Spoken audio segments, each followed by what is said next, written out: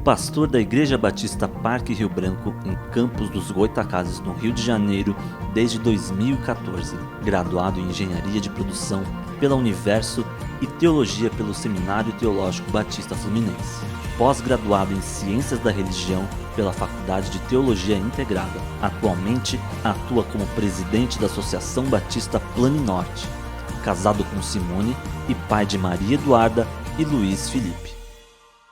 Bom dia! Não é a primeira vez que eu erro assim, né? E não é a primeira vez também que eu fico nervoso, né? Talvez tenha alguma relação, né? Do nervosismo. Mas que alegria, meus irmãos, estar aqui nessa manhã, não é nessa noite, nessa manhã. Embora tenhamos, não é, um dia intenso pela frente, espero poder contribuir com a sua vida, assim como também o pastor Cabral contribuiu com a minha vida. Como tudo que aconteceu ontem contribuiu com a minha vida e certamente com a tua também. Eu quero dizer da minha alegria de poder vivenciar esse momento, dizer que não chego aqui sozinho, chego nos braços das Juntas de Missões Nacionais, da minha igreja, também da igreja mãe, Igreja Batista Parque Guarulhos, o meu pastor CI, pessoas que puderam investir na minha vida para que a gente pudesse realmente, né, conhecer mais do amor de Cristo e também compartilhar. Não adianta conhecermos o amor de Cristo se não temos como compartilhar. O tema sobre igreja e simplesmente igreja já diria muito por si próprio, porque igreja é simplesmente igreja. E quando eu olho para a minha vida, tudo que tenho, tudo que sou, eu sei do que Deus fez através da minha vida, na vida da igreja, e através da vida da igreja na minha vida. Isso é muito bacana de pensar, porque foi na igreja de Cristo que eu pude, né, ser apresentado como criança, depois também conhecer o Evangelho de Cristo Jesus no meu discernimento. Foi lá também que eu pude dar os meus primeiros passos como professor, como líder. Foi lá que eu conheci a minha esposa, noivei, casei, pude também apresentar os meus filhos. Foi a igreja de Cristo, simplesmente a igreja de Cristo, que pôde também me encaminhar para o seminário quando Deus me chamou, também me ordenar ao ministério pastoral, me colocar como líder em uma congregação, me ordenar ao ministério pastoral daquela igreja. E é por isso que eu digo que a igreja deve ser uma experiência na vida de todas as pessoas. Não é apenas na nossa vida.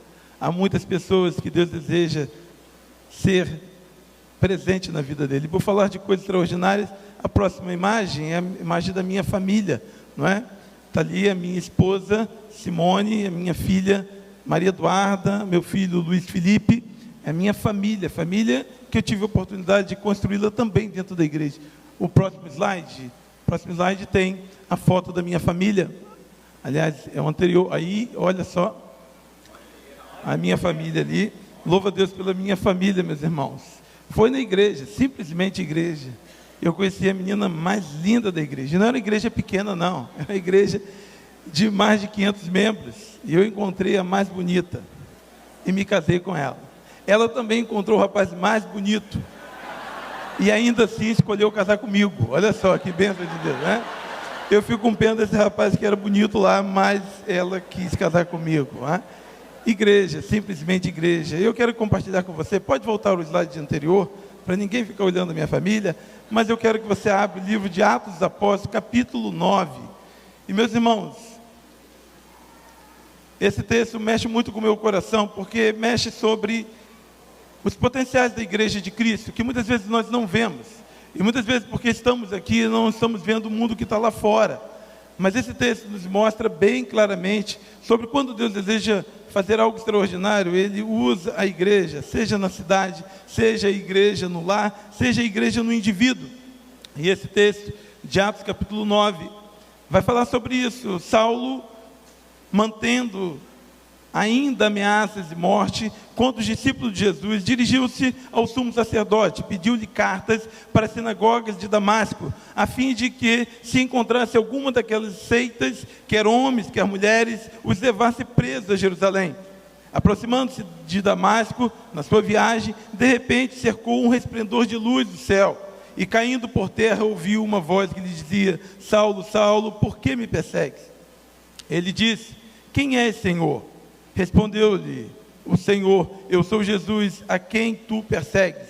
Agora levanta-te e entra na cidade, e lá será dito o que te convém fazer. Versículo 6, mais uma vez: agora levanta-te, entra na cidade e lá te será dito o que convém fazer. Querido Deus, nós entregamos em tuas mãos o teu poder do Espírito para mover os nossos corações, para despertar as nossas vidas, para assim como transformaste a vida de Saulo, possamos transformar também pelo poder da tua palavra a vida de todas as pessoas, em nome de Jesus, amém.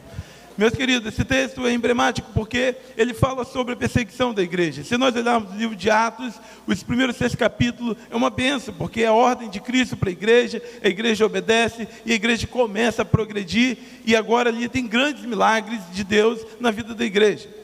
Mas então, entra naquele momento que é difícil para a igreja, que é a perseguição. Começa ali na vida de Estevão, e depois de Estevão há uma grande perseguição, e esse versículo 9, esse capítulo 9, vai falar exatamente sobre o reflexo dela, porque a igreja que antes em Jerusalém, agora ela sai por todos os lugares, e ela tem que realmente cumprir o ID do Senhor, que começa de Jerusalém, toda a Judéia, Samaria, e está até os confins do mundo, mas agora a igreja está lá em outros redores. E Saulo, então, na sua viagem, com o propósito de perseguir a igreja, ele pega autorização, ele tem autoridade, ele tem determinação em levar homens e mulheres da cadeia. E agora, quando ele chega no caminho, ele então tem um encontro com o Senhor, e é um encontro fora do comum. Não é todo dia que o resplendor do Senhor brilha diante de um homem e ele cai e fica cego, e as pessoas atônitas. Antes, um homem cheio de poder, autoridade, cheio de segurança. Agora ele não sabe o que fazer. Mas o Senhor fala para ele: Saulo, por que você me persegue? E ele pergunta: quem és tu, Senhor? Veja que ele não tinha um conhecimento pleno, embora fosse um homem religioso, tivesse muita cultura e conhecimento de toda religiosidade, ele não conhecia pessoalmente o Cristo Jesus. Mas agora o Senhor fala: levanta-te daí. Há um milagre na sua vida, e o milagre é a transformação, e aquele momento foi a transformação da vida dele. Mas há um processo que Deus deseja fazer na vida de Saulo, e fala assim: agora você entra na cidade, e na cidade eles vão dizer o que você precisa saber. Então, o Deus que fez o milagre, que poderia mandar os anjos, poderia levá-lo até a glória, mas o Senhor encaminha então para a cidade, encaminha para a igreja, para que a igreja, a comunidade de discípulos, pudesse realmente fazer a obra do Senhor. Observe que a primeira coisa que nós precisamos pensar sobre a igreja de Cristo, como comunidade de discípulos, é a igreja presente na cidade.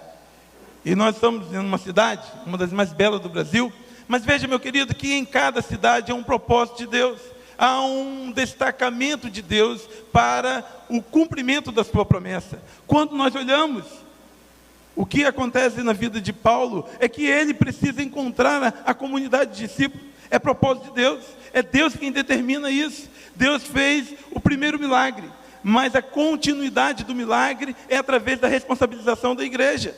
E então a igreja é incumbida da responsabilidade de acolher, de tratar, de cuidar, de potencializar a vida de Paulo. Veja que ele, tremendo e atônito, diz: Senhor, que queres que eu faça? E disse o Senhor: levanta-te e entra na cidade, e lá será dito o que te convém fazer. Meu querido irmão, meu querido amigo, nós precisamos entender que a igreja é a agência do Senhor, e dentro de cada cidade precisamos ter igrejas fortes, determinadas, comunidade de discípulos de Jesus, que saibam da sua responsabilidade. Nós ouvimos ontem sobre a crise lá no Afeganistão, sobre o poder da embaixada, a representatividade, o quanto ela é importante.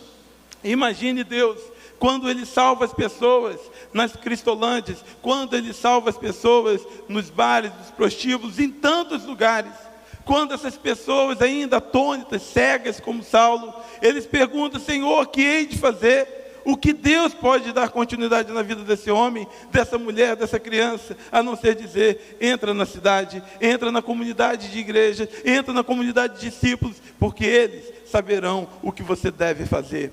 Uma pergunta simples que precisamos sempre olhar para dentro das nossas igrejas e entender se ela simplesmente cumpre o propósito, se elas cumprem o papel de Deus, se nós estamos simplesmente como igreja fazendo a vontade do nosso Senhor.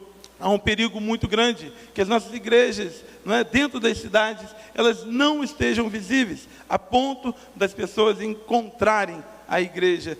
Podemos ver, meus irmãos, que a comunidade de discípulos de Jesus, ela pode produzir vida e abundância na vida de todas as pessoas. Há uma pergunta: qual é o papel da minha igreja na minha cidade?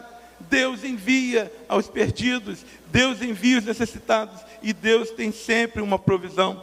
Geralmente, quando nós olhamos, gostamos de ouvir as promessas de Deus, mas o Deus que tem promessas, Ele também tem provisão. Quando Elias não sabia o que fazer, Ele encaminhou Elias para uma viúva, e a viúva nem sabia da sua provisão, ela achava que tinha tão pouco, mas ela pôde compartilhar aquilo que Deus alimentou na vida dela, alimentou na vida dos servos do Senhor. A igreja é sim uma comunidade de discípulos dentro da cidade, mas nós precisamos também olhar que a igreja é também igreja na casa.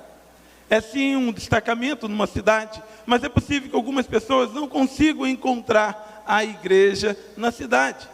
E quando nós olhamos o próximo slide, ele vai dizer exatamente isso: e disse-lhe o Senhor: levanta-te e vai à rua chamada direita, e pergunta em casa de Judas por um homem de Tarso chamado Saulo, pois eis que ele está orando. Essas palavras, meus irmãos, estão sendo dirigidas a ninguém menos que Ananias.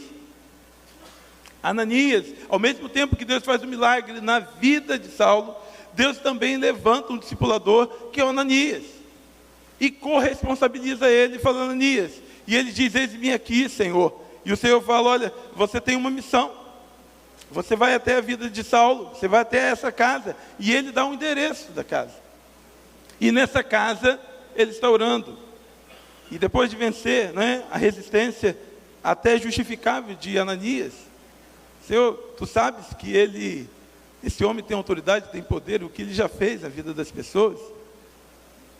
E a referência dele realmente não era muito boa. Mas o Senhor fala: não, ele é alguém escolhido por mim. Mas você vai lá. E o que acontece é que ele levanta e vai lá. E me encanta o coração quando eu vejo que Ananias entrou na casa e, impondo-lhe as mãos, disse: irmão Saulo, o Senhor Jesus, que te apareceu no caminho por onde vinhas, me enviou para que tornes a ver e sejas cheio do Espírito Santo. Meu querido irmão, minha querida irmã, olha que poder extraordinário de Deus. E como que Deus age dentro de uma casa. Veja que a cidade tem muito poder, mas a cidade tem muitas direções. Mas o Senhor encaminhou para que ele encontrasse uma casa, um lar. Veja que aquele homem era apenas um homem cego, desprovido até mesmo de lucidez. No seu coração, ele tinha ódio, ressentimento, ele tinha implicância com a igreja, ele tinha preconceitos, mas ele também tinha documentos, autoridade, poder, mas era um homem quebrantado. Ele chegou naquela casa, e ali ele pôde ser acolhido. Ali foi o encontro do poder de Deus, e a restauração através da igreja. Meu irmão, talvez seja muito fácil chegar até esse centro de celebrações, mas talvez algumas pessoas que sejam como Saulo no mundo, elas tenham muita dificuldade de chegar às nossas igrejas. Talvez elas passam por longos processos e caminhos e não conseguem de fato chegar à igreja de Cristo. E por isso que a igreja que está na cidade, a igreja também está no lar. E talvez o lar, a casa, seja o lugar mais acolhedor. Eu fico imaginando, aquela casa deveria hoje ser um museu, para mostrar o poder do nosso lar, da nossa casa, da nossa mobília, do nosso conforto na transformação do Senhor. Uma comunidade de discípulos usa sim a sua casa. Eu imagino se hoje o maior líder de uma facção criminosa, ele chega até a igreja, como que é o transtorno causado dentro da igreja. O político, qualquer autoridade, veja que a igreja, por melhor que tenhamos todas as nossas acomodações, não seria o melhor lugar para Saulo chegar. Imagine as pessoas perguntando: o que aconteceu? Imagine ele entrando dentro da igreja, todo mundo fugindo. Imagine como seria esse transporte para aquela época. Mas dentro daquela casa havia acolhimento, havia propósito de Deus, havia providência de Deus. E é interessante que, às vezes, nós discutimos tanto sobre a estética da igreja, mas sempre do ponto de vista dos nossos interesses, daquilo que eu gosto. E nem sempre nós estamos tão preocupados qual é a forma que melhor representa para aquele que realmente precisa. E por isso, meus irmãos, eu não tenho mesmo, como pastor, tanta liberdade de mudar muita coisa na igreja, não. Boa parte das coisas que tem na igreja lá, nem sempre são as minhas vontades. É vontade de um, desejo de outro. Um acha que deveria ser assim, eu até acho bom, bonito aqui o piso, né? Aí alguém chega lá na igreja, pastor, a gente tem que trocar aquele carpete, botar igual a gente viu lá na igreja que a gente foi. Então tem tantas coisas que a gente gosta de mudar a igreja. E na maioria das vezes, atende a nossa estética, ao nosso desejo. E meus irmãos, eu ouvi de um pastor, amigo meu, ele falando assim, olha, eu estava elogiando a igreja dele, falei assim, a igreja é tão linda. E ele falou, se eu pudesse começar de novo, não faria dessa maneira. E eu me perguntei, mas por quê? E ele falou assim, eu era seminarista na época, né? E ele falou assim, porque essa igreja destoa do local onde ela está. Olha os caras que estão em volta. Todos são muito humildes. Essa igreja está muito bonita. E eu fiquei pensando, meu Deus, que percepção, que visão. E realmente. E agora, como que a gente pode tornar uma igreja semelhante à necessidade de todas as pessoas? Imagine só. Se a gente deixa ela muito humilde, aquela pessoa que tem melhor conforto, ela sente desprovida, porque não tem um ar-condicionado, não tem boa iluminação, não tem som. Mas se a gente investe muito nisso, também a gente está esquecendo daqueles que precisam, que são muito mais humildes e talvez não tenham a percepção daquilo. Então mudar a igreja é sempre muito difícil. Mas quando falamos da comunidade de discípulos nos lares, meus irmãos, esse problema você não tem. Se você é muito rico, a sua casa é adequada para o seu grupo de amigos. Se a sua casa é muito pobre, muito humilde, muito simples, a mobília é muito simples, então a sua residência também é adequada. Não importa se você tem um Yorkshire, um cachorro mais lindo do mundo, sempre tem uma madame que gosta de uma casa que tenha cachorro também. Se você tem um vira-lata, que você tem que amarrar ele lá na salsicha para entrar, mas também tem gente que gosta disso também. Então veja bem, você transformar a sua casa no ambiente exato para acolher Saulo, os seus amigos que precisam de Cristo, talvez seja muito mais fácil do que mudar a igreja. Você não precisa de uma assembleia, só a permissão da esposa, mas você não precisa de uma assembleia, embora às vezes seja mais fácil, não é a assembleia de que a esposa, mas de modo geral, você tem condições de adaptar a sua casa como comunidade de discípulos para receber as pessoas que são do seu convívio, do seu relacionamento. Talvez você possa fazer grandes transformações na sua casa para adequar a vida daqueles que precisam. O fato que Deus sempre tem um local e que Deus designa isso. Para Noé foi uma arca. Para Moisés é uma sarça que queima. Para Elias foi a casa da viúva. Para Jesus foi a manjedoura. Para Saulo foi a casa. E para o seu amigo, qual é o local que Deus marcou o encontro? Talvez seja na igreja, sim, pastor. Eu vou levar ele na igreja. Mas talvez exista alguns lugares que antes de Saulo pregar na sinagoga, ele viveu uma experiência com Deus dentro de uma casa. A pergunta que eu faço é, a sua casa é a manjedoura, onde Cristo dá vida, quando Deus dá vida a toda a humanidade? Os seus amigos podem lembrar que a vida deles começou na sua casa? Para quem é a sua casa? Quando falamos de comunidade de discípulos, sim, precisamos levar em consideração aquilo que Deus faz, as transformações que uma igreja, simplesmente igreja, pode produzir na nossa casa. Mas também, nós precisamos considerar a igreja no discípulo. Bom, é ótimo ter uma grande igreja, numa grande cidade. É bom ter uma casa, onde o poder, o milagre de Deus acontece. Mas é lindo quando nós podemos olhar e ver o que se transforma na vida do discípulo. Veja que quando Ananias vai até a casa de Jairo e então cumpre-se o propósito de Deus. Versículo 19 diz que tendo comido ficou fortalecido e esteve Saulo alguns dias com os discípulos que estavam em Damasco. Olha, não fez o que precisava fazer e tchau. Não, pelo contrário, Ele ficou alguns dias, e eu gosto de dizer que ele ficou confortável, ou seja, ele comeu, ele se alimentou, ele vivenciou daquela experiência. Veja que você precisa olhar o contexto de Paulo, ou de Saulo, que era alguém que era avesso ao Evangelho. E é ali que ele vê, não apenas a vida de Ananias, mas os relacionamentos de Ananias, de Jairo, de toda aquela comunidade. Antes dele ver, 3 dias ele ficou pensando, esse povo vai me matar. Mas quando Ananias impõe a mão sobre a vida dele, ora pela vida dele, e ele volta a ver, sabe quem é a primeira pessoa que ele enxerga? É Ananias.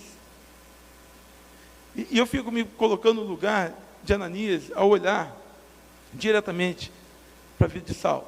Impossível não lembrar que ele matou o diácono da igreja, de uma forma covarde, assassinou Estevão. Não dá para esquecer de uma hora para outra tudo que Saulo havia feito pela igreja. Mas o fato é que está um ao outro. E talvez a vontade era que dar um soco, mas é orar e falar assim, irmão, Saulo, seja cheio do Espírito Santo.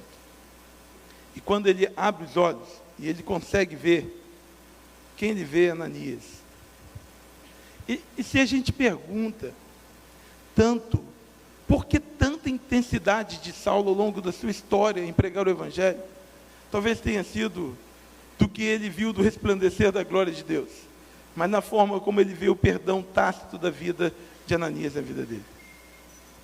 Não dá para esquecer, mas dá para perdoar, e o fato é que agora é Ananias que alimenta ele, dá subsistência.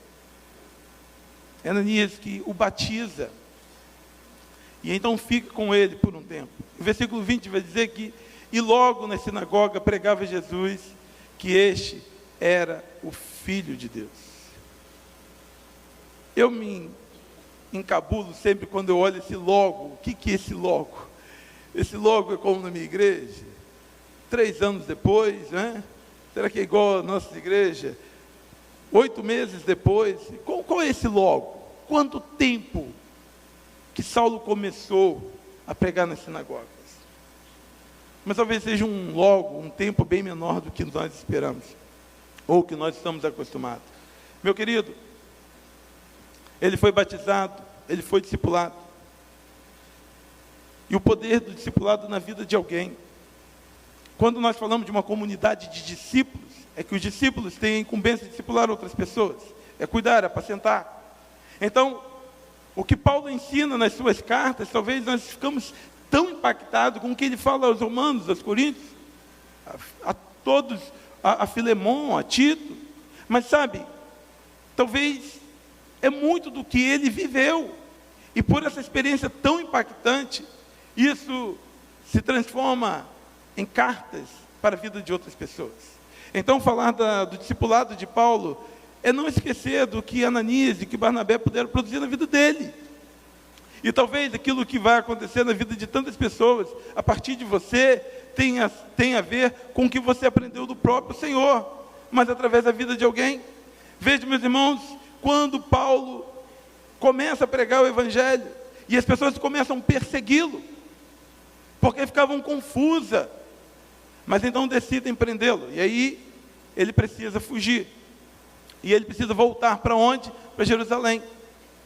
E quando ele chega em Jerusalém, ele é quase um leproso lá. Por quê? O povo fugiu de Jerusalém porque ele estava perseguindo. Agora, Paulo volta para Jerusalém. Volta com aquela carinha dele assim, irmãos. Ele tinha 2 escolhas, somente 2 escolhas. Ou ele volta para o grupo dele lá e continua fazendo o que fazia antes, ou então ele volta e passa a andar com os discípulos de Jesus. E ele começa a andar com os discípulos de Jesus.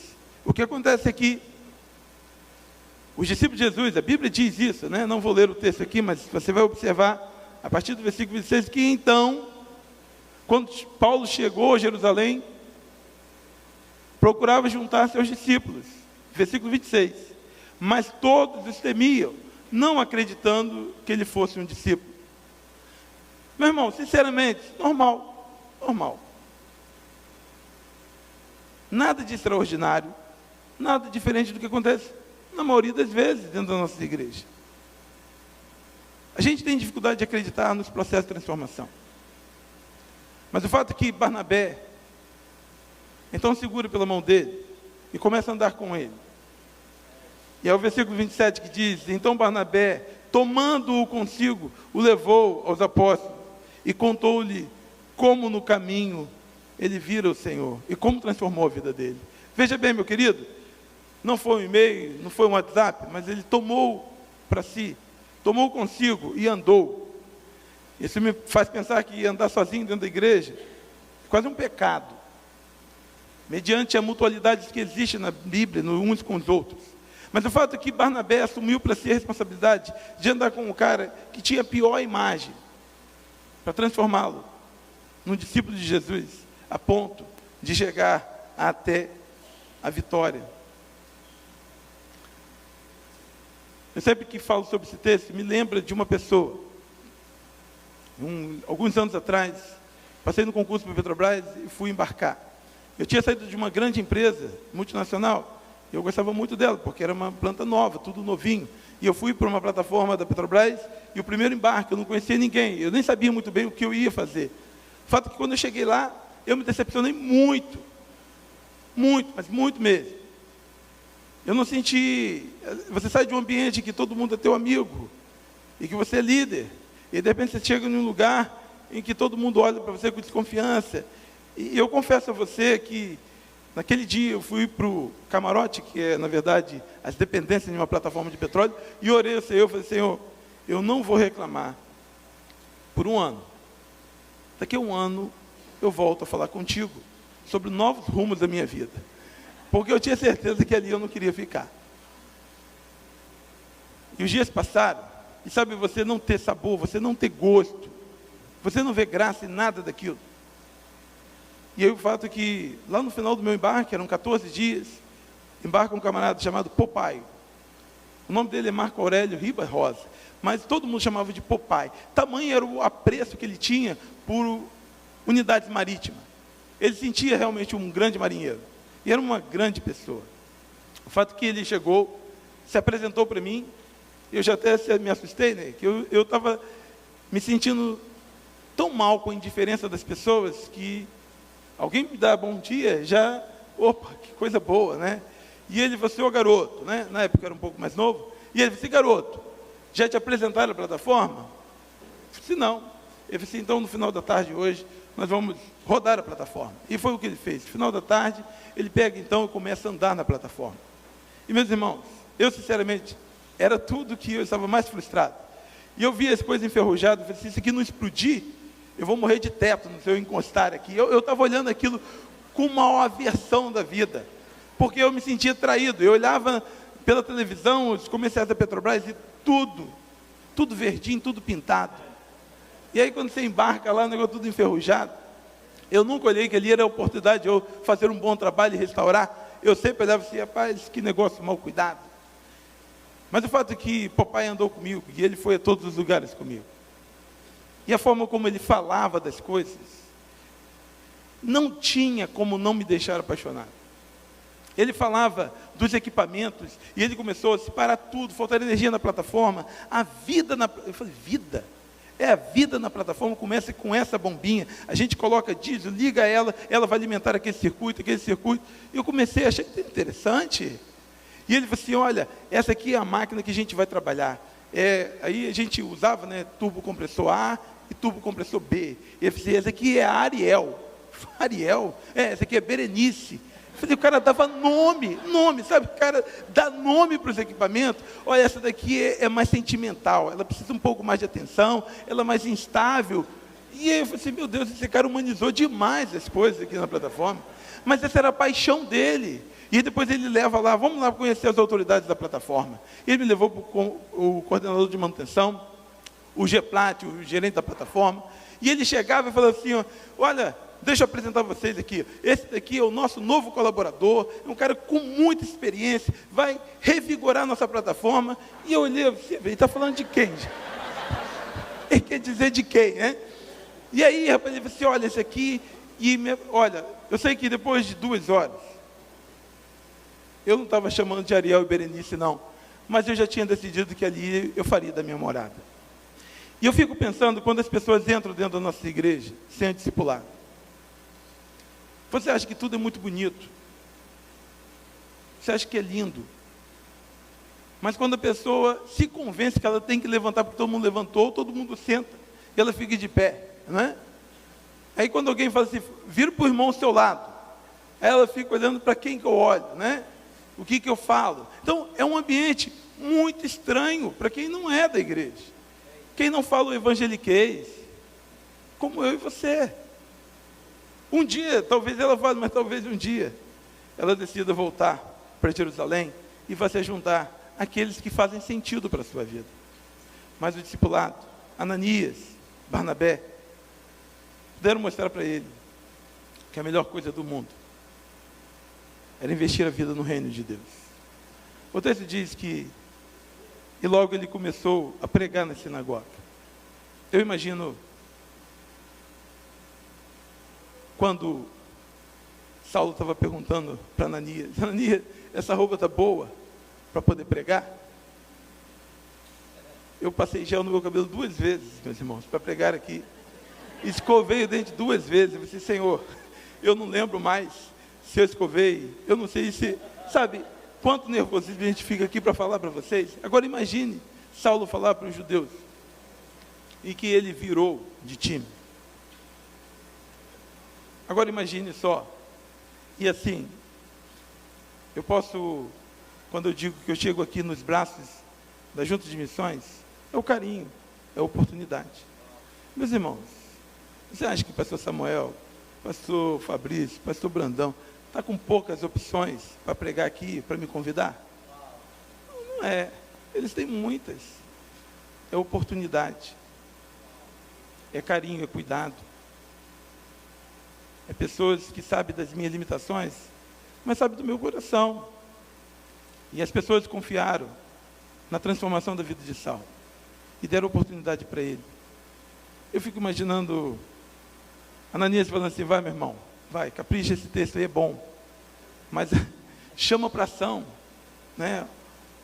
Call to action, chama a galera para uma conversão, para você tem virtude, você tem poder, você tem exemplo, vai lá.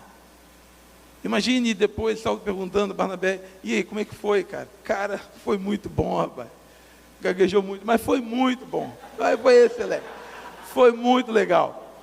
Mas sabe, meus irmãos, esse é o discipulado. Por isso que eu digo que a igreja, a comunidade de discípulos, é um lugar de transformação de vida. Nós podemos, às vezes, pensar no potencial do que está aqui dentro. Mas você já parou para pensar no potencial que está lá fora? Você já parou para pensar quantos Saulos Deus está salvando, mandando para a cidade, para que encontre um lar, mas encontre um discipulador? Quando eu digo, meus irmãos, sobre o que Deus pode transformar, você pode pensar assim, mas não tem tanto matador assim. Mas existem pessoas que estão longe de cumprir integralmente o que Deus deseja. E se me permitam, eu queria, nesses poucos minutos para frente, contar um pouco da minha história. Você pode pensar assim, não, essa é a história da igreja. Mas eu queria dizer para você que essa é a história da minha vida. Porque foi através da igreja é que Deus transformou a minha vida. Eu nunca bebi, nunca fumei, nunca tive. Mas Deus tem uma história comigo de transformação, de me levar para caminhos que eu não escolhi. Isso começa quando eu estava talvez no meu melhor momento, quando eu já tinha superado esse momento aí da Petrobras, né? Já estava crescendo, desenvolvendo, já estava exercendo liderança, influência dentro da empresa, e eu tinha uma meta bem estabelecida. Estava fazendo mestrado em metalurgia quando Deus me chama para o ministério. Um desafio para mim, porque muitas pessoas já tinham dito para mim, olha, Deus tem um chamado para a sua vida.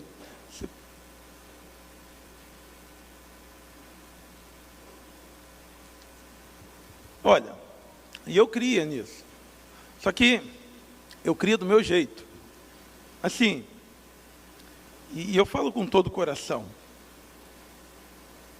Para mim, o meu chamado era sustentar pastores. Disse, olha, eu vou ter um bom salário, pastor não ganha bem, então eu consigo sustentar o pastor. Eu, com o meu salário na Petrobras, meu crescimento lá dentro, eu vou ajudar as igrejas. E sempre gostei muito de trabalhar na igreja, de ajudar a igreja, missões. Nunca senti culpa por isso. Mas para mim, meus irmãos, sinceramente, o meu chamado era isso. E aí, de repente, em um congresso de juventude, em 2009, Deus começa a sacudir a minha vida, muda as prioridades, e eu fico perdido. É quando eu sinto que eu também caí da minha montaria. Eu não conseguia entender meu coração. Eu não conseguia entender aquilo que toda a vida fez sentido para mim. Eu, no final de um mestrado, de repente Deus me chama para o ministério. Fato que, no ano seguinte, então, eu começo o seminário, eu tenho que deixar o mestrado, foco no ministério, e Deus faz uma grande transformação na minha vida e na vida da minha família. Você pode passar? E quando eu falar da história da igreja, eu quero que você sempre lembre que, atrás da igreja, Deus tinha um propósito. E talvez isso se aplique na sua vida também, tá bom? Quem é que passa aí? Que eu vou pedir para passar rapidinho, porque eu coloquei muitos slides. É a história da igreja de Parque Rio Branco, mas é minha história de vida, né? É uma igreja lá em Campos dos Goytacazes, aqui no norte do estado do Rio de Janeiro.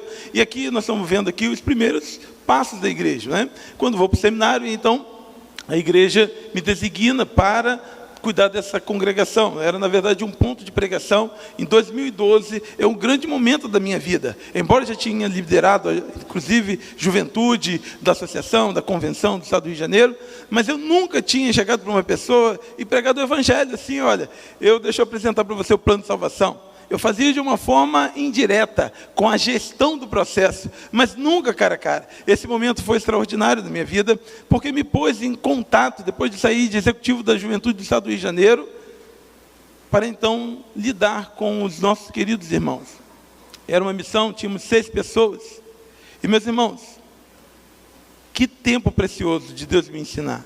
Eu era líder da juventude e agora estou lidando com os irmãos, que o mais novo tinha 62 anos de idade. Tive que colocar ele como presidente dos jovens, com 62 anos de idade. Era o mais novo que tinha. Eu ia ser o pastor. Então, irmão Adail Peçanha, irmão, sou o líder da juventude agora aqui. O restante, a minha filha que está rindo ali, ela tinha uma maranata em frente à igreja. Ela falou, pai, vamos para lá. A igreja que só tem velho, né? Eu falei, minha filha, fica quieta, minha filha. Mas Deus me fez aprender com esses irmãos, que eram amorosos, cuidadosos com a vida da gente. Eram verdadeiros discipuladores. Eu chego com o coração todo cheio de dúvida, de incerteza. Mas a vida deles me deu significado.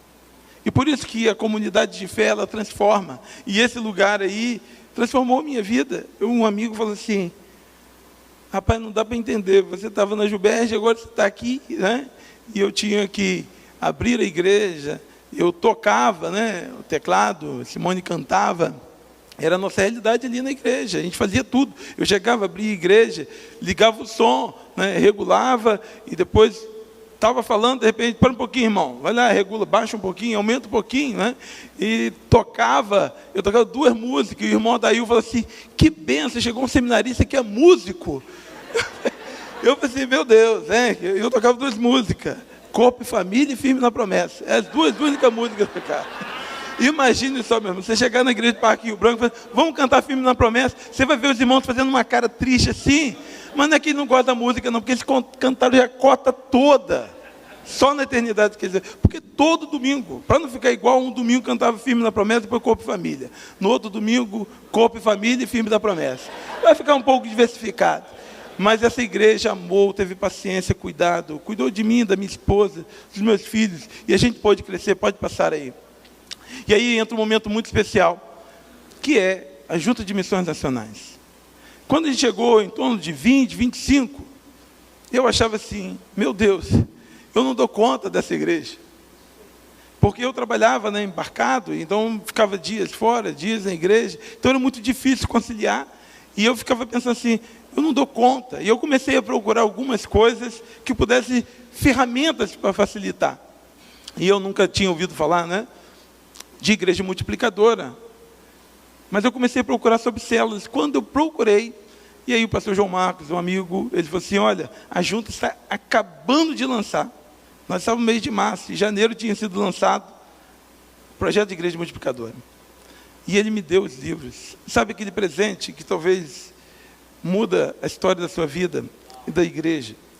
E eu li aquele livro, e eu fiquei apaixonado pela visão. Eu fiquei pensando assim, meu Deus, isso aqui não vai me dar trabalho. Olha, que ledo engano. Inocente, né? Eu falei assim, rapaz, isso daqui é tranquilo. Porque agora eu consigo trabalhar na Petrobras e cuidar da igreja, porque aqui a proposta é maravilhosa. E comecei a estudar. E meus irmãos, que bênção de Deus. Ali aquela foto do centro, está quando, dentro da cidade, eu encontro o meu lar, para iniciar o PGM Protótipo. E começamos o PGM Protótipo na nossa casa, e depois ele multiplica, e a igreja vai crescendo para a glória do Senhor. E então, pode passar. A gente vê que não cabia mais aquele lugar, então a gente encontra um terreno. Talvez você não tratou tombando todo aí. E que pela uma ação de Deus permite chegar em nossas mãos. E então a gente tem a paixão, a alegria de então dar os primeiros passos nesse terreno. Nós não tínhamos os recursos, né, porque éramos apenas um centro, apenas uma congregação. E a igreja mãe, que é uma igreja muito cuidadosa, mas ela estava construindo uma outra igreja, para outra congregação muito mais antiga que nós. Então a gente atropela as coisas. O projeto de igreja multiplicadora, ele dá muito certo, porque atrai muita gente, muda a dinâmica da igreja sobre o cuidado, transforma por completo, meus irmãos, a ponto de que realmente o local não cabe. E aí eu falo com o pastor CI, a gente precisa comprar um terreno, e ele ajuda do próprio bolso, empenha a própria vida, presta dinheiro para a igreja, a gente vai lá e compra um terreno, a gente compra uma parte desse terreno, pode passar. E ali, olha, está ali, ou era firme na promessa ou corpo de família, meus irmãos, é um desses dois aí. E de preferência nas teclas brancas, quando com aquelas pretas ali, me confundia toda, né? Para mim, bom era tocar em dó e em sol, o resto, para mim, não era de Deus, não. Mas assim, o projeto era realmente fazer essa primeira parte aqui, ó, que era o Centro de Educação Religiosa, que a gente faria na parte de baixo, só para os cultos. E nós fizemos. Aqui, o pastor CI, aquele cabeça branca ali, ó, nosso pastor da igreja lá, da igreja mãe, e a gente pôde vivenciar esse momento. Pode passar. E então, a gente precisou fazer essa obra, mas a gente não tinha recursos. Aí foi aí que começa o endividamento, a história triste, né? Que a gente disse, olha, tem que construir. E já não cabia mais o lugar. E a gente disse, olha, tem que ter coragem. E aí eu pensei assim, poxa vida, é o meu discurso, né? Petroleiro.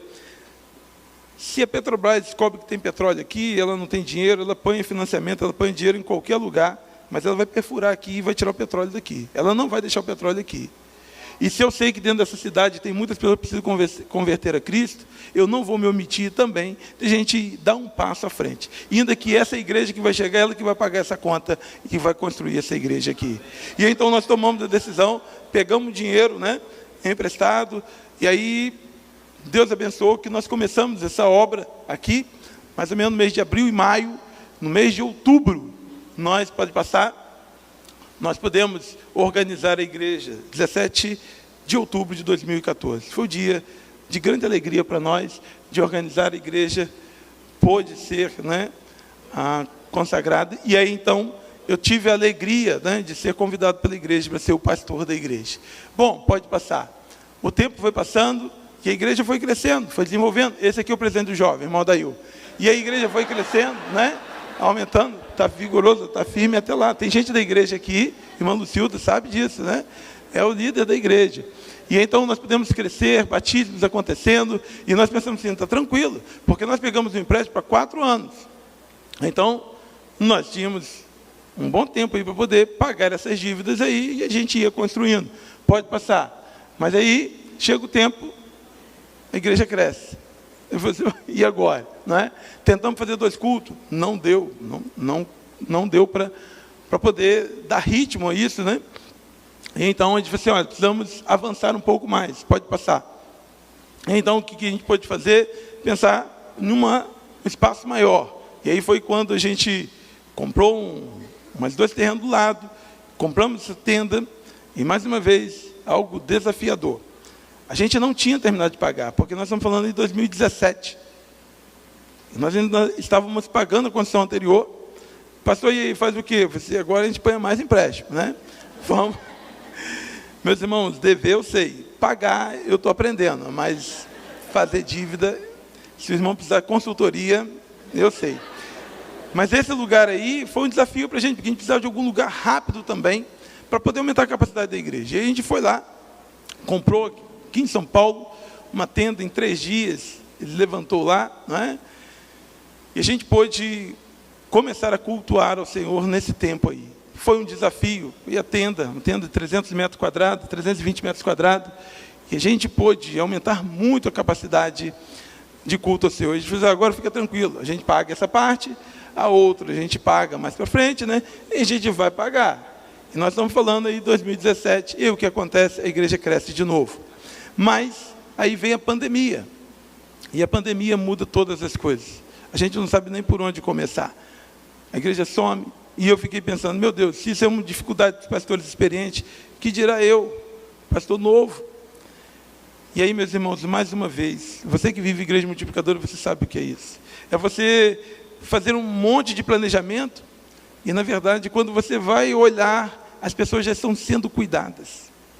Eu vi os líderes de pequenos grupos cuidando de pessoas, cuidando, vendo vida, as maiores emergências chegavam a mim, mas boa parte das histórias da pandemia nem sequer sei, porque os líderes cuidaram de todas as pessoas. Quando eu digo que eu conheço o potencial de igreja multiplicadora, a pandemia me deu uma lupa de que eu vejo o potencial muito, mas muito maior. Conquanto eu compreendo a crise de algumas igrejas pós-pandemia, mas trazer a igreja para o digital pode passar, nos deu realmente uma flexibilidade muito grande.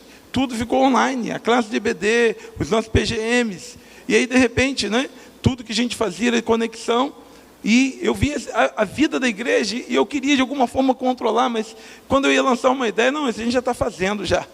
E então não tinha nem como ser muito criativo, né?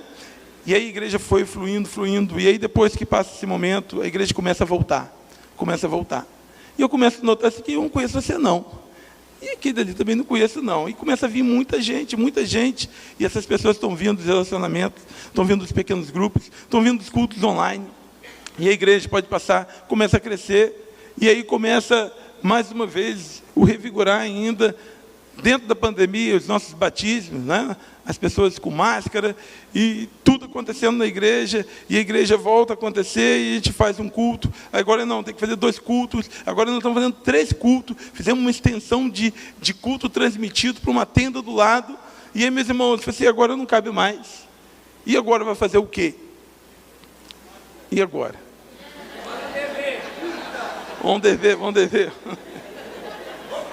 Nesse momento eu não estava usando mais o exemplo da Petrobras, não. Depois de tudo que aconteceu lá, eu já não podia usar mais o exemplo da Petrobras, depois da alavancagem. Falei, Senhor, me dá outras estratégias.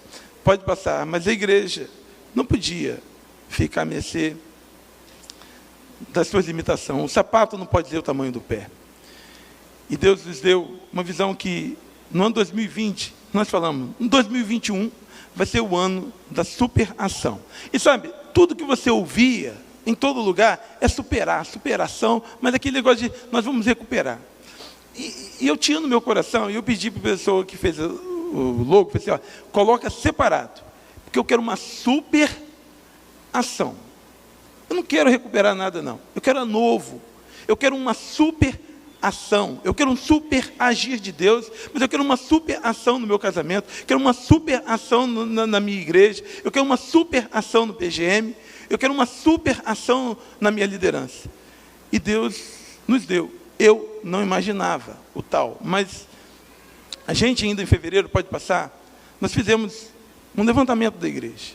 E pelo andar das coisas, a gente chegaria em 2024 com 900 membros. A gente tinha 319 membros.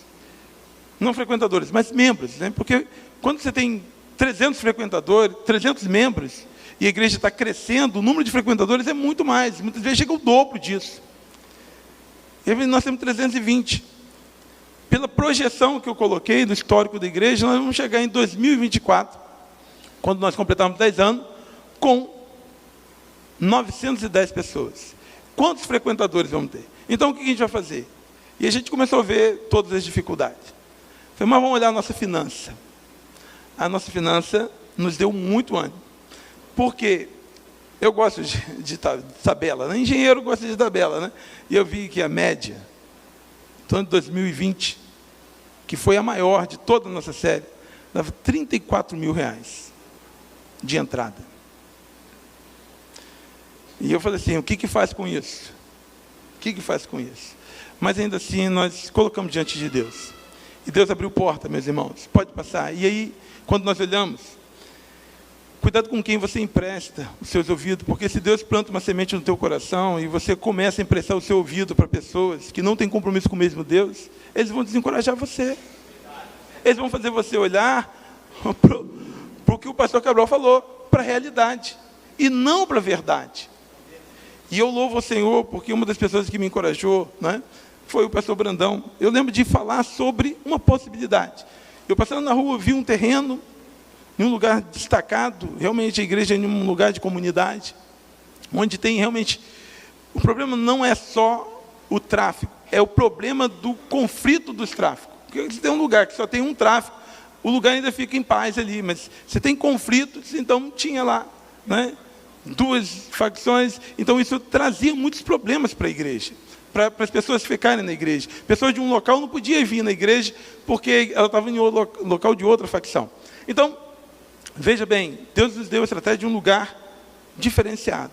Mas sabe aquele lugar que você olha e diz, não, isso não é para a gente. Mas eu compartilhando em uma reunião com todos os missionários, que o pastor Brandão me convidou e o pastor Samuel para poder falar, eu falei dessa possibilidade. Mas o pastor Brandão, o pastor Fabrício, falou com tanta alegria naquilo, que eu falei, rapaz, é benção. E depois eu falei com a irmã Lucilda, que ela está aqui, que é a irmã Lucilda. A irmã Lucilda ali. A irmã Lucilda ela e Simone são os contrapontos, né? Tem os freios da igreja. A irmã Lucilda e Simone são os freios da igreja. Porque assim, ó, quando eu falo absurdo, são elas que vão dizer, calma aí. E aí, tanto Simone como a irmã Lucilda, Senhor, glória, benção. Aí eu falei com Sara, que é a nossa irmã da igreja para assuntos denominacionais, é a mais batista de todos lá. E ela falou assim, pastor, é um sonho. Eu falei assim, Deus está nesse negócio. Compartilhei no PGM, a galera vibrou. Eu falei assim, agora falta o quê? Saber quanto que vale o terreno. E meus irmãos, uma conversa informal. De um culto de manhã, eu compartilhando com a igreja ferveu o coração. Eu estava com o pastor João Marcos. E aí ele me mostra o terreno, Isaías. Eu mostrei o terreno. Depois eu disse, cara, a gente foi almoçar junto, que era dia do pastor. Isso é junho do ano passado, tá, meus irmãos? Junho do ano passado. E lá, a gente almoçando junto, ele falou, cara, você tem que conversar com o Fabiano. O Fabiano é um membro que era da igreja dele, e que era um cara que conhecia muitas pessoas, uma pessoa de boas posses. E você fala que o Fabiano conhece muita gente ali, e a gente estava conversando ali na churrascaria, ali, comendo. E aí, quem entra naquele momento, chega perto da nossa mesa? Quem, meus irmãos? Não, o cara que estava servindo churrasco, né? Não, eu estava almoçando, né? E o cara colocou, e eu olhando aquilo, ele disse, olha quantas bênçãos de Deus. Mas logo depois entra Fabiano. Ele entra também. Não estava servindo não, meus irmãos.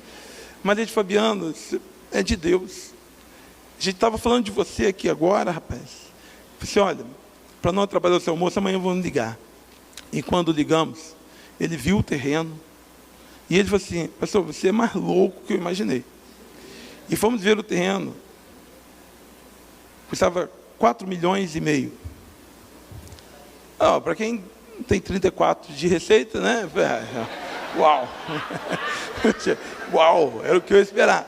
Pois é, mas eu também não queria comprar, eu quero alugar, né? E aí eu pensei assim, se não é de Deus, ele não vai nem mexer com o meu coração.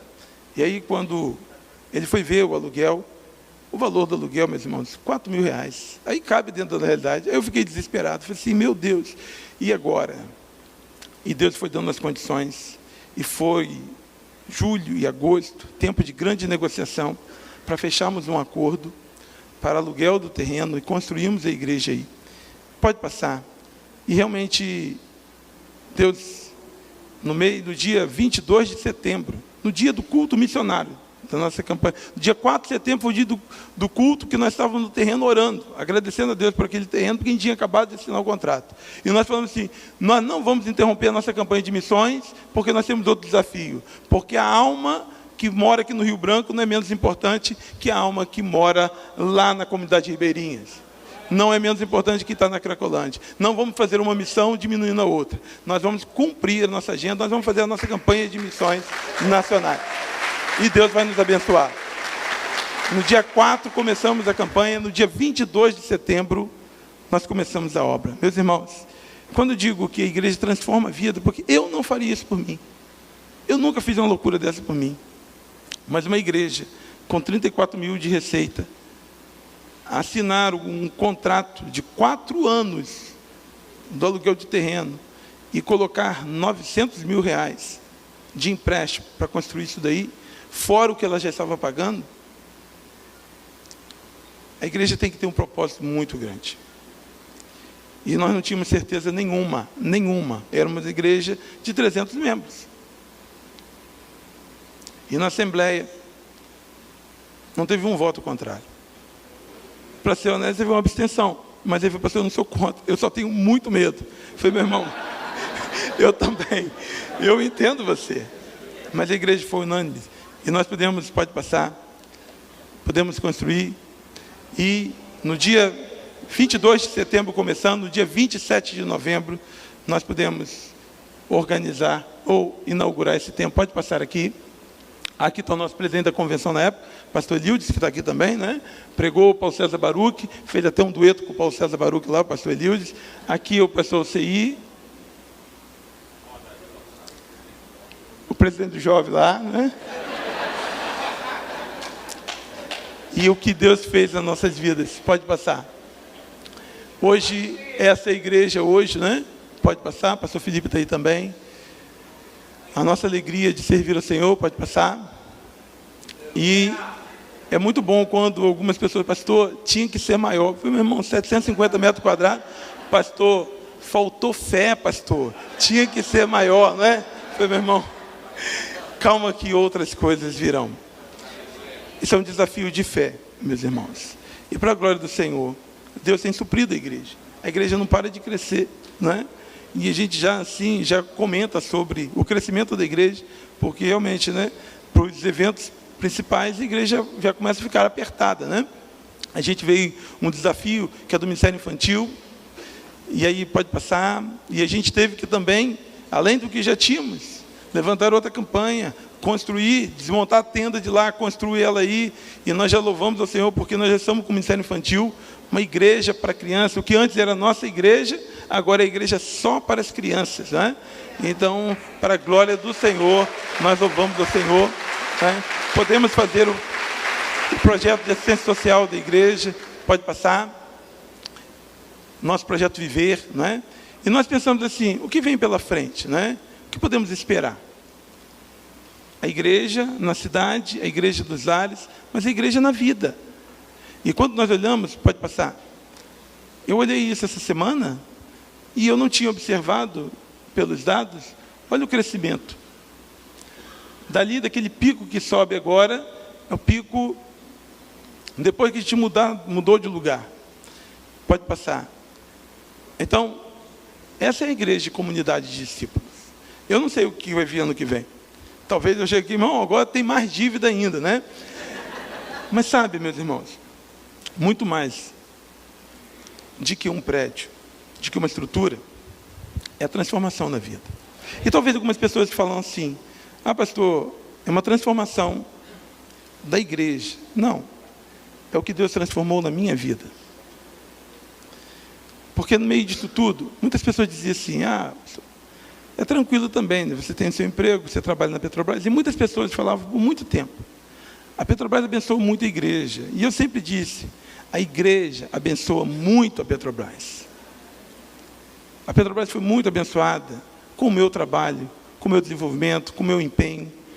Porque a igreja, o meu pastor, me ensinou sobre liderança, sobre cuidado, sobre princípios. Mesmo em tempos sombrios da empresa, eu sempre fui íntegro. A visão de igreja multiplicadora não é uma visão só para a igreja, porque ela multiplica discípulos, e você tem discípulos na sua casa, então é um projeto para a sua família. O projeto de igreja multiplicadora é um projeto para a sua cidade, para o seu bairro, para o seu trabalho. E talvez eu seja uma das pessoas que mais contribuiu com a formação de líderes no meu setor. Hoje eu posso olhar e ver aqui no Espírito Santo, no Rio, na Bacia de Santos, em vários outros lugares, líderes que foram formados por mim. As coisas que eu aprendi na igreja multiplicadora, aqui não tinha o Café Multiplique? Eu também tinha lá o Café da Turbomáquina, que eu chamava todas as pessoas e dava a eles oportunidades. O que eu aprendi com o pastor Fabrício, pastor Samuel, pastor Fernando, com a junta de missões, eu coloquei também no meu trabalho. E eu gerei muitos líderes, pessoas que chegaram recém-contratados, 75% hoje são líderes dentro da Petrobras. Mas as pessoas diziam assim, olha, a Petrobras abençoa a igreja. E eu não tenho dúvida do quanto que realmente também abençoou. Mas chegou o dia, no meio dessa loucura toda, e Deus me pede a Petrobras. E eu poderia ser bem dramático para os irmãos, falar que tem até uma música aqui no fundo, aqui, né? Dizer que foi muito difícil, né? Mas, meus irmãos, a verdade não. Eu já sabia. Uma hora ia chegar. E as pessoas me perguntam, como é que você está lidando com isso? Não, eu lido com as consequências. E as consequências são consequências, não é? Você sai de uma empresa que você tem todo uma estrutura, e eu já era topado na empresa, então você vive com as consequências. Tuda falou para mim hoje no café, é bom, né? De vez em quando eu vim no hotel, né? Falei, calma, minha filha, depois eu volto para casa, né? Isso não te pertence mais. Mas são consequências da vida, né? São consequências. Mas eu sempre gosto de olhar, sabe para quê, meus irmãos? Para as coisas que Deus nos dá como motivação. E às vezes a gente escuta mal quem ouvir, escuta também mal o que olhar. Hoje eu sou um pai muito melhor do que eu era, porque simplesmente eu tenho mais tempo para minha família. E no meio daquilo tudo, né? O pessoal da empresa fez um churrasco para despedida, porque eles estavam preocupados, porque eu não saí com um auxílio de desligamento, né? Com um plano de desligamento, não. Foi simplesmente, eu preciso sair. O cara, tem que ir para psiquiatra, tem que ir para psicólogo, tem que ir um monte de gente. Eu falei, não, pai, eu quero sair, eu estou normal. O meu chefe disse, pai, eu tenho que ir nessa igreja sua. Eu falei, vai lá. Ele falou assim, eu assisti um culto online. Mas é propósito do meu coração. E eu vou para fazer algo que é extraordinário. Eu lembro do momento, eu estava numa mentoria com o pastor Marcos Petrucci, de Igreja Multiplicadora. Eu estava antes do meu horário de trabalho, mas um monte de coisa. E falei, Senhor, eu tenho que escolher uma coisa só. E eu escolho fazer a tua vontade. E aquele dia eu falei que eu ia sair, eles não acreditaram, e aí eu saí. E eles fizeram um churrasco, eu disse, aí, despedida. E o meu chefe, mais uma vez, aí, me conta aí, o que nós fizemos, o que nós deixamos de fazer para perder você? E eu perguntei para ele, o que vocês estavam fazendo se era um sábado? Eu perguntei para ele, o que vocês estavam fazendo ontem, 3 da tarde? E nós estávamos lá resolvendo o problema do surge, do compressor e tal. Eu falei assim, então, se eu não tivesse saído, eu estaria lá com você. Mas porque eu não estava com você, eu estava dentro de um cemitério, com meu discípulo, abraçado com ele, porque ele tinha perdido sua mãe. E se eu tivesse com você, eu não estaria com ele. E se eu estivesse com ele, eu sentiria como eu estivesse roubando de você. Então hoje eu sou livre. Eu sou livre para estar aqui nesse Multiplique, sem nenhum constrangimento. Então, eu concluo perguntando, você sabe por que você está aqui? Você sabe o potencial da tua igreja?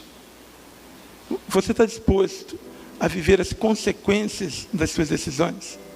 Você sabe quantas pessoas lá fora só esperam que você tenha fé, que você acredite, que você empenhe a sua vida para que a igreja seja simplesmente uma comunidade de discípulos de Jesus. Que Deus abençoe a sua vida. Que Deus fortaleça o seu coração. E se há alguma coisa que você tem medo, né?